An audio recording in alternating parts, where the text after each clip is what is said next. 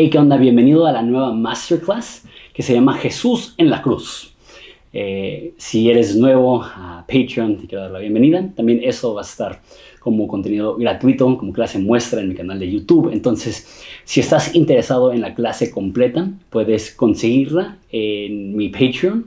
A partir de $5 puedes estar al tanto de la clase que voy a estar subiendo quincenalmente. O si lo haces a partir de $10, tienes acceso también al archivo de Masterclasses, que al día de hoy incluye la Masterclass de la Biblia, de Romanos y de Apocalipsis. Jesús en la cruz.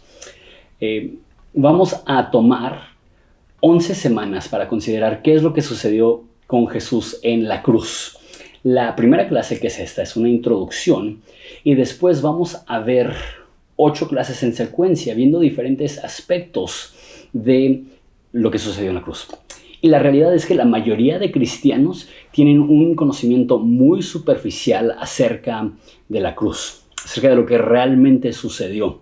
Es más, estaría dispuesto a decir que la mayoría de enseñanzas cristianas se enfocan más en moralidad y en cómo vivir que en realmente entender el mensaje de la cruz.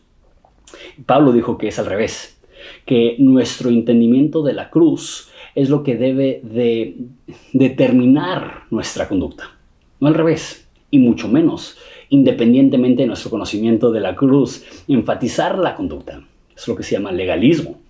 De hecho, la Biblia nos dice que si a través de nuestra conducta estamos intentando estar bien con Dios, es porque no hemos entendido el mensaje de la cruz.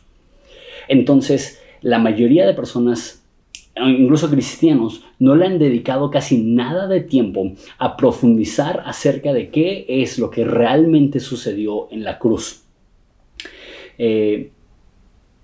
Pero algo que he visto, y eso fue real para mí, el momento en el cual las personas suelen profundizar un poco acerca de la cruz, se enfocan meramente en lo que se llama expiación penal sustituta. Expiación penal sustituta. Ahora, si estás metido en el mundo de teología, seguro has escuchado ese término, es muy común. Pero si no, y únicamente eres un cristiano que va a la iglesia, a lo mejor te preguntas qué significa eso. Y expiación es lo que sucede cuando estamos unidos a Dios. Expiación es eso. Sustituta es que para poder tener unidad con Dios tuvimos un reemplazo. Y penal, que el castigo de Dios estuvo sobre nosotros. Otra forma de decir expiación penal sustituta es Jesús murió en nuestro lugar por nuestros pecados para llevarnos a Dios. Si queremos ser un poco más enfático del área penal, es que Jesús tomó nuestro castigo en nuestro lugar para llevarnos a Dios. Esto es muy bíblico. Sin embargo, la mayoría de gente no considera el tema a fondo, se conforma con únicamente la frase Jesús murió por ti, sin saber qué es lo que eso significa. Y digo, que Jesús murió por mí, entonces soy cristiano, y ahora dime qué es lo que tengo que hacer. Lo que yo te diría es, alto. Antes de pasar algún esfuerzo para entender qué es lo que nosotros debemos ser para Dios, con muchísima más prioridad necesitamos saber qué es lo que Dios hizo por nosotros. Porque eso no es una religión común. La religión común te dice, sigue estos pasos y llegarás a Dios. El mensaje del cristianismo es que no importa cuántos pasos intentes tomar, nada te puede acercar a Dios a no ser que Dios se acerque a ti. Y eso es la cruz. La cruz es el modo en el cual Dios decide acercarse a nosotros a través del sacrificio de Jesús. Pero una vez más, expiación penal sustituta. Esa será la última clase. Y como digo, la mayoría de personas se enfocan exclusivamente en expiación penal sustituta. Ahora, ha habido una reacción que muchas personas ven eso y lo intentan rechazar porque ven que se sobreenfatiza y se ignoran todos los demás elementos importantes de la cruz, pero no creo que eso es útil. Los que abandonan la idea de expiación sustituta penal dicen, eso parece bárbaro, eso parece Dios castigando a su propio hijo, y eso no es el mensaje de la Biblia. Sin embargo, entraremos más a eso en la última clase. Expiación penal sustituta es una parte central del mensaje del cristianismo. Ahora, como digo, se tiene que entender correctamente y bíblicamente. Sin embargo, ni siquiera creo que ese elemento es el elemento más importante de la cruz. Quizá es uno de los más importantes, pero a mi entendimiento de la Biblia es que el elemento más importante de la cruz es que la cruz manifiesta la gloria de Dios. Hablaremos de eso un segundo en esta clase. Pero Jesús en Juan dice que su hora había llegado para ser glorificado. La imagen que da Juan de la cruz es ser levantado, y físicamente Jesús estaba siendo levantado, pero también espiritualmente es una metáfora que la cruz eleva a Jesús. Uno de los poemas más antiguos, que de hecho es más antiguo que el mismo Nuevo Testamento, se cita en el Nuevo Testamento, es Filipenses 2, que dice que Jesús, siendo en forma de Dios, no tomó el ser igual que Dios como cosa de que aferrarse, sino que se despojó de sí mismo y fue obediente a la muerte, y la muerte de cruz. Por ende, Dios le dio el nombre que es sobre todo nombre. Entonces, la exaltación y la crucifixión son hermanos gemelos. Hablaremos más de eso en un segundo. Pero yo creo que el elemento más importante de la cruz es la exaltación de Dios, la gloria de Dios. Y quizá ni siquiera expiación penal sustituta es la segunda más importante. Pienso en la inauguración del reino de Dios. Jesús, toda su predicación, su predicación más recurrente no era: cree en mí porque voy a morir por tus pecados. 100% lo enseñó. Pero su enseñanza más recurrente era: el reino de los cielos se acerca. Arrepiéntete porque el reino de los cielos se acerca. Jesús como rey, inaugurando un nuevo reino a través de su muerte. Ahora, no me tomé el tiempo para hacer una categoría. Eso es número 1, eso es número 2, eso es número 3. Pero a mi parecer, sin que lo tomes esto como algo de autoridad, a mi parecer expiación penal sustituta es importante, pero ni siquiera es la más importante. Y si lo es lo más importante, no debe ser la única de importancia.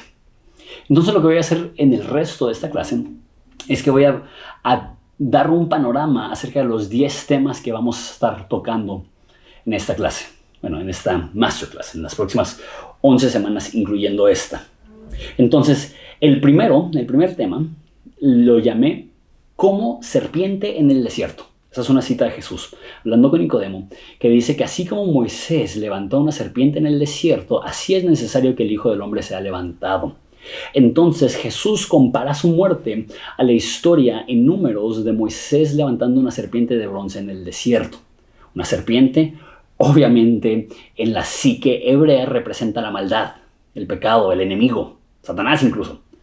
Y bronce es un metal que típicamente se relaciona con juicio. Entonces, lo que está diciendo Jesús es que él iba a tener que convertirse en el objeto que nos estaba destruyendo. Eso es lo que era esa historia, que esas víboras estaban picando a las personas y ese veneno le estaba destruyendo. Ese veneno lo toma Jesús para decir: eso es el pecado. El pecado es el veneno que nos está destruyendo a todos, y Jesús se convirtió en pecado en la cruz, no que él había pecado, sino que él toma sobre sí la esencia de la maldad de la serpiente. Y eso es una parte del Evangelio. Dice que él tomó sobre sí pecado para que nosotros fuésemos hechos la justicia de Dios en él. Eso es 2 Corintios 5:21. Entonces, la primera clase hablaremos acerca de esa historia de Jesús hablando con Nicodemo y explicando la cruz como el lugar donde el Hijo del Hombre fue levantado como la serpiente en el desierto. La segunda que veo en la cruz es que la cruz es un movimiento antipolítico y un movimiento no violento. Muchos cristianos hoy en día intentan ejercer cambio a través de la política. Jesús, una de las razones más grandes que lo crucificaron es porque Jesús rehusó vincularse o operar a través de la política. Y creo que eso es un mensaje que como cristianos cada vez más tenemos que ser recordados. Jesús no vino a unirse al sistema, a renovarlo. De cierta forma, él era antisistema. Dejaba una historia. Después de alimentar a los 6,000, dice que llegaron para hacerlo rey a la fuerza y él se fue. Y cuando él llega a Jerusalén en un burro, gritan: Hosana, sálvanos al que viene en el nombre del Hijo de David. En ese momento no estaban diciendo: sálvanos de nuestro pecado. Lo que estaban diciendo es: el Hijo de David, el Rey guerrero, así tienes que ser Jesús tú. sálvanos de la opresión siendo un rey guerrero. Y al no hacer eso, la semana después estaban gritando, crucifícale. Una de las razones más grandes que Jesús fue crucificado es que se rehusó a unirse. Por ejemplo, había un bando político que se llamaban los celotes, o sea, los que eran celosos por su cultura judía, y ellos eran violentos y mataban a romanos. De hecho, Jesús tenía incluso dentro de sus discípulos personas que eran previamente parte de este sector político, que si consideras la historia era el movimiento que inició la revuelta judía, que terminó con la destrucción del templo en el año 70 después de Cristo, eran esos celotes. Jesús no se unió a ellos. Al contrario, empezó un movimiento no violento. Ahora, sé que decir no violento lo ponen como categoría de Gandhi o Martin Luther King Jr., pero eso no es lo que estoy diciendo, porque hay personas que se van a un extremo y creen que la Biblia enseña pacifismo. Enseña pacifismo el 95% del tiempo. Cuando es tu reputación o cuando es incomodidad, pon la otra mejilla. Pero la Biblia también enseña que Dios es celoso por proteger a los indefensos, a mujeres, a niños. Entonces yo creo que los cristianos sí debemos hacer todo lo que tenemos dentro de nuestro alcance para proteger a mujeres y niños. Sin embargo, Jesús sí en la cruz nos muestra que Dios estaba tan indispuesto a castigar a sus enemigos que prefirió morir por ellos. Déjalo, vuelvo a decir como lo tenía escrito aquí. Jesús en la cruz muestra que prefiere morir antes que atacar a sus enemigos.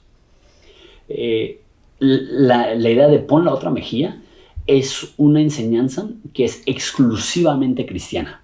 No hay ninguna otra religión que enseña ama a tu enemigo. No hay ninguna otra religión que enseña ora por tu enemigo. No me acuerdo qué religión, no lo quiero decir mal, creo que es el budismo. Creo que Buda dijo algo acerca de no odies tu enemigo. Okay, hay religiones que te invitan a no odiar. El cristianismo es el único que te invita a amar a tu enemigo. No estoy diciendo que eso sea fácil. Al contrario, yo veo mi vida y digo, rayos, en momentos que personas han mostrado oposición a mí, quizá no he respondido con amor. Esto es parte del centro de la ética cristiana, que no estamos dispuestos a ser violentos para proteger nuestra propia identidad. Habrá algunas razones por las cuales la violencia es justificada, pero nuestra reputación y su defensa no es una de ellas. Jesús empezó un movimiento antipolítico en la cruz. Número 3. En la cruz Jesús exhibe al enemigo. Una de las profecías más antiguas acerca de la cruz se llama el protoevangelio, donde Dios le promete a la humanidad que a través de la simiente de la mujer iba a venir uno que iba a aplastar la cabeza del diablo, y al hacerlo lo iba a aplastar con tal fuerza que se iba a lastimar el talón. La cruz es el momento en el cual Dios humilla tanto a Satanás como el sistema maligno. Y se ha dicho, ni siquiera sé si hay una cita de la Biblia tal cual, que Satanás pensaba que estaba derrotando al Mesías, cuando en realidad estaba firmando su propia derrota. El que sí es versículo es Colosenses, que dice que él humilló y exhibió públicamente a las fuerzas de este mundo. En la cruz, Jesús destruye la obra de Satanás. En Jesús, el sistema maligno es derrocado, es sustituido por este reino que se establece.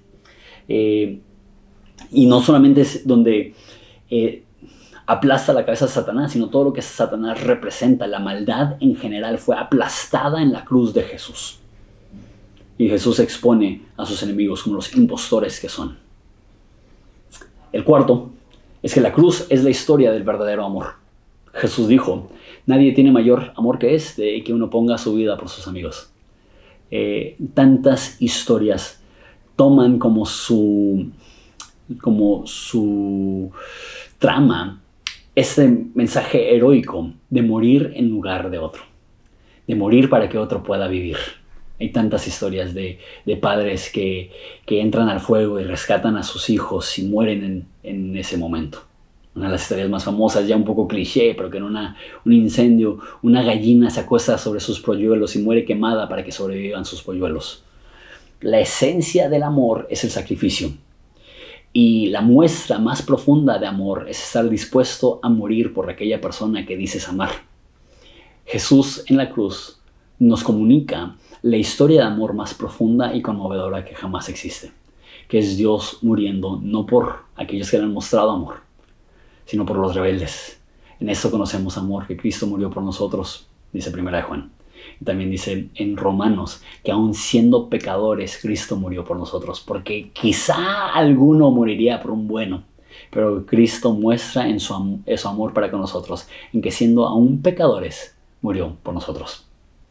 Número 5 es que la cruz es la hora de la gloria de Jesús. Ya lo mencioné hace un segundo, pero en el Evangelio de Juan él sigue diciendo: mi hora no ha llegado, mi hora para ser glorificado no ha llegado, mi hora no ha llegado, hasta que llega el momento y dice: mi hora ha llegado, sé glorificado. Y está hablando de la hora de su muerte.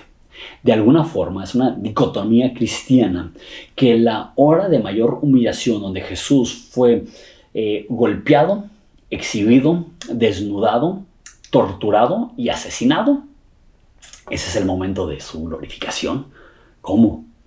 Como un hombre acusado de blasfemia, crucificado entre dos ladrones. Ay, me dio mucho sentimiento, y es curioso porque siempre que hablo de la cruz me da sentimiento, pero estaba preparando eso con rapidez y a lo mejor no dejé que me tomara del corazón, pero eso me da tanto sentimiento. Que Jesús crucificado en medio de dos ladrones, acusado de blasfemia, con todos sus seguidores habiéndolo abandonado, salvo unas cuantas mujeres y Juan al pie de la cruz, fue glorificado cuando clamó: hecho está, pagado por completo, y entregó el Espíritu. No sé cómo funciona eso, pero el momento de su máxima humillación resultó simultáneamente ser el momento de su máxima gloria. Si algún día Dios da el placer de ir a Israel, no saben dónde está el lugar donde fue crucificado Jesús, pero un lugar posible es donde está la tumba, y de la tumba puedes ver a lo lejos, en el sector árabe, un cerro, y en el cerro pareciera haber una calavera, y queda un poco con las descripciones de lugares arriba en un cerro frente a la ciudad. Y hoy en día eso está en posesión árabe, y es una estación de camiones. Y a mi parecer es parte del diseño de Dios. Está lleno de basura, no está cuidado. Que todos los demás lugares, el Getsemaní tiene una iglesia preciosa, el lugar donde históricamente creen que fue la tumba de Jesús, que probablemente no, pero es quizá la tumba de la resurrección. Todos son lugares preciosos. El lugar donde fue crucificado está lleno de basura, porque hasta la fecha sigue siendo un lugar de oprobio, de desprecio, de miseria y de gloria y de amor y de exaltación y magnificación. ¿Cómo funciona eso? Es el misterio de la cruz, ¿no? O sea, estoy hablando de pum pum paz, ¿no? Dando un chorro de datos, intentando dar los 10 puntos así de manera rápida, pero hay que detenernos un segundo y reconocer esto. Mi momento para ser glorificado ha llegado. Para esta hora he venido, dijo Jesús. Número 6. Es el contraste entre César y Cristo el Rey. El Nuevo Testamento se escribe en el contexto de Roma, y todo lo que sabemos del Nuevo Testamento se tiene que meter entre dos casillas. Uno es la historia judía y dos es la historia romana, donde interseccionan y tienes judíos esperando el Mesías, viviendo bajo la opresión de Roma. Y por los primeros 300 años después de la muerte de Jesús, el cristianismo, su expresión era ser un contraste, lo que dije hace un segundo, un antisistema en contra del reino de este mundo. Entonces el reino de este mundo es ejemplificado por Roma y específicamente por César, que es violencia, destrucción, opresión, opulencia, esclavitud, destruir y matar a naciones enteras. No me acuerdo quién dijo que los romanos crean un desierto y lo llaman paz. Que cuando destruían a sus enemigos lo hacían de una forma tan violenta que aniquilaban naciones. Lo llamaban paz. Jesús es lo opuesto. Jesús es el sistema del verdadero rey. Cuando Jesús murió, arriba de su cruz había el letrero, la insignia que decía Rey de los Judíos. Cuando le dijeron a Poncio Pilato que lo removiera, dijo: no, lo que he dicho, lo que he escrito, escrito. Y es cierto. Un punto para Poncio Pilato entre los puntos eternamente negativos. Él reconoció que Jesús no era únicamente como alguien que Roma podía decir, él es culpable de sedición. Porque cuando tienes un golpe de Estado, normalmente tienes un grupo de personas. Eso no era un golpe de Estado. Eso era una declaración soberana, donde Jesús dijo: yo soy el rey de los judíos. Y dijo de cierta forma: yo soy el rey del universo. En la cruz de Jesús es la inauguración del reino de Dios. Hay muchísimo que hablaremos acerca de eso. Número 7. Jesús es el sumo sacerdote que se compadece. La cruz es el objeto a la cual todo el sistema del Antiguo Testamento apunta. Todo el sistema sacrificial, todo el sistema del templo se cumple en la cruz. Y en el sistema sacerdotal tenías un sacerdote que mataba un cordero y derramaba su sangre para remisión de los pecados del pueblo. Y el sumo sacerdote, una vez al año, lo hacía en el día de expiación, donde tomaba la sangre y lo llevaba a la presencia de Dios, donde estaba el arca del pacto. Nos dice el Nuevo Testamento que Jesús es nuestro sumo sacerdote.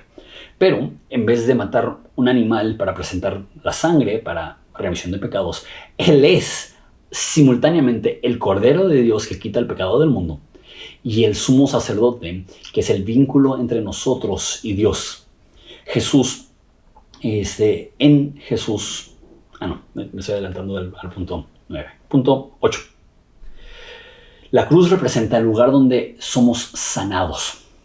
Ahora, dentro del movimiento como prosperidad, toman ese mensaje, este pasaje de Isaías 53 que dice que por sus llagas somos sanados, y dicen que porque Jesús murió por nosotros vamos a ser sanos siempre. Pero no es el caso. Dios no nos ofrece sanidad temporal siempre, sino una sanidad mayor, que es que llegará el día donde no habrá maldición y no habrá enfermedad y no habrá dolor. Sin embargo, creo que está mal aplicado llevarlo al otro extremo y a insinuar que no tiene un poder sanador. La muerte de Jesús tiene un poder sanador en tus relaciones, en tu cuerpo, en tu entorno, en tu salud mental. Jesús, al morir, está emitiendo un poder sanador. Hablaremos más de eso. Número 9. Está de la mano con lo del sumo sacerdote, por eso casi me brinco sin querer. Es que la cruz es la inauguración de un nuevo pacto. Con la muerte de Jesús se inaugura una nueva forma de relacionarnos con Dios distinta al Antiguo Testamento. No es que el Antiguo Testamento no es válido, es que no es vigente. Es que tuvo una culminación y se completó. De hecho, cuando Jesús dice, no vine a destruir la ley, sino a completarla, eso significa a dar por terminado. O sea, a cumplirlo todo. A darle tachita a todos los cuadros que exigía la ley. Y dice Jesús, la noche que fue crucificado, dio la copa y dice: esta es la copa de mi sangre, que es un nuevo pacto. Una nueva forma de relacionarnos con Dios. Ya no a través de un sistema, como dije, de sacrificios, ya no a través de un sumo sacerdote, ya no a través de un templo, sino a través de la fe y a través de la gracia y a través de la cruz. Ahora, la salvación siempre ha sido por fe. El Nuevo Testamento es claro de eso. Pero la forma que mostrabas tu fe era fe en Dios a través de los sacrificios, y ahora es fe en Dios a través de la muerte de Jesús. En el Antiguo Testamento también era fe en que Dios iba a proveer a un Mesías que iba a resolver el problema del pecado. Y por último, la cruz representa expiación penal sustituta. que Jesús murió en nuestro lugar por nuestros pecados para llevarnos a Dios. Y hay algunos elementos que también caben dentro de eso. Cuando hablo de la serpiente, Jesús se convirtió en pecado y por eso fue condenado. Pero una vez más, expiación penal sustituta no es el paquete completo. Es una pieza fundamental dentro de varias piezas fundamentales. Es más, esta lista no sé si es completa, pero veo cada uno de estos pasos, quizá con la excepción del sanado por sus heridas, porque ahí sí entra dentro de cierta polémica. Y quizá lo de no violento también, que Jesús es un movimiento antipolítico en la cruz.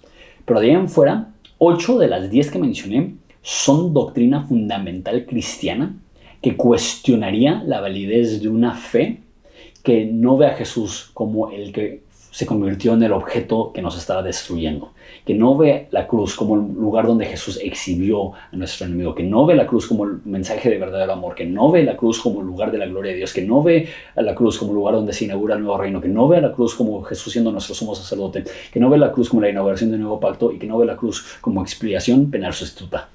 Digo, es importante y lo veremos. Entonces, si estás viendo esta clase muestra, espero que te unas. Y si no, te puedes unir por cualquier cosa. Espero que esta clase te haya iluminado un poco y te haya dado un poco de curiosidad para poder indagar e investigar estos temas por tu propia cuenta. Gracias por tu tiempo. Dios te bendiga.